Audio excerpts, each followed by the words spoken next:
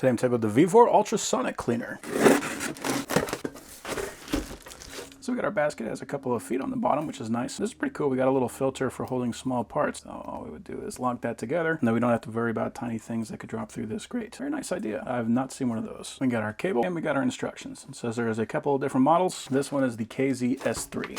So here is our main unit. A very nice design printed on that metal. We do have some carrying handles, so if we need to move this thing around, we can. But this is one of the nicest things about this one and why I wanted to use it rather than one of the other digital ones. With the digital ones, if you want to set a timer for 30 minutes, you have to sit there and you have to press the button over and over and over. And that's kind of annoying. With this, it's got an egg timer on it. You can kind of hear it clicking away.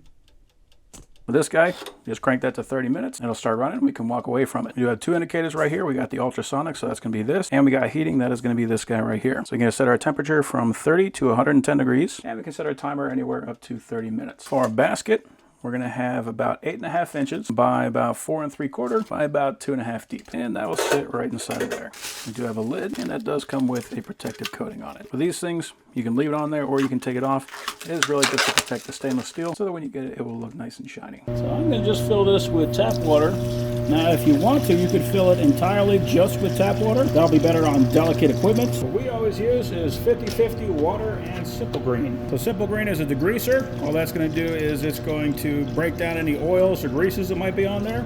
So that way it's going to clean it as well as remove those oils. As far as where you want to fill it to, there is a lip just on the inside, about an inch from the top. Now we just fill it up to that lip. Now the danger with using Simple Green is if you have anything with a seal, any kind of an O-ring like that, the Simple Green will cause this to expand. It'll become soft, it'll become pliable, and it will not make a seal anymore. So you can either just use water if you're going to be putting things in there that you know has seals in it, or you can just not put these things in there, or you can always remove the seal. Just something to keep in mind. For our purposes, it's easier just to remove the seal and then dump everything in. So I got a handful of spray bar nozzles and caps, and I'm just going to dump those in. You can see right behind us, we got our old ultrasonic cleaner. It starts out at 5 minutes, and if I want to increase that, I have to press this. I can't just press and hold. It won't do anything.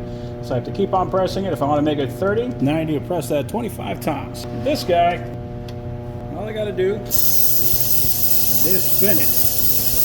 So we'll come back in 30 minutes and see where we're at. And the answer is yes, it is still loud, just like all ultrasonic cleaners. All right. So we had a little puddle of stuff there in the middle. It's kind of breaking up now, but one thing I could definitely tell, this thing got really hot. So I have it maxed out. It's at 110. To put in that perspective, the max this one goes to is 50. So this can get much hotter. If the parts you're cleaning are going to be held by heat, this is definitely the one to get for that. The only thing that this has that this does not, that I wish it had, is an LED display letting me know what the temperature actually is. So the old guy, for example, it takes about 30 minutes for that guy to actually heat up, which means that you need to turn it on, let it start heating up before you actually use it. You can use it while it's heating up, and that's usually what I do, but it is nice to know what the temperature is. With this one, you're not really going to know, but it is definitely hot right now. Let's take these parts out.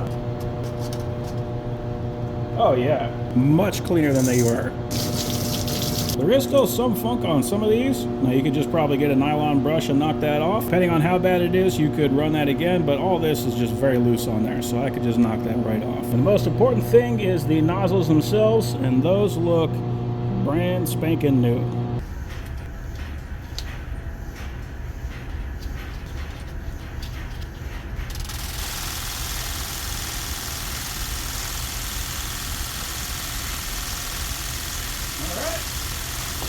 We've got some good fans. So yeah, overall that is a very nice ultrasonic cleaner. It gets very hot, very easy to operate. You have a much larger capacity on here, so I'm very happy with that. That is an awesome cleaner.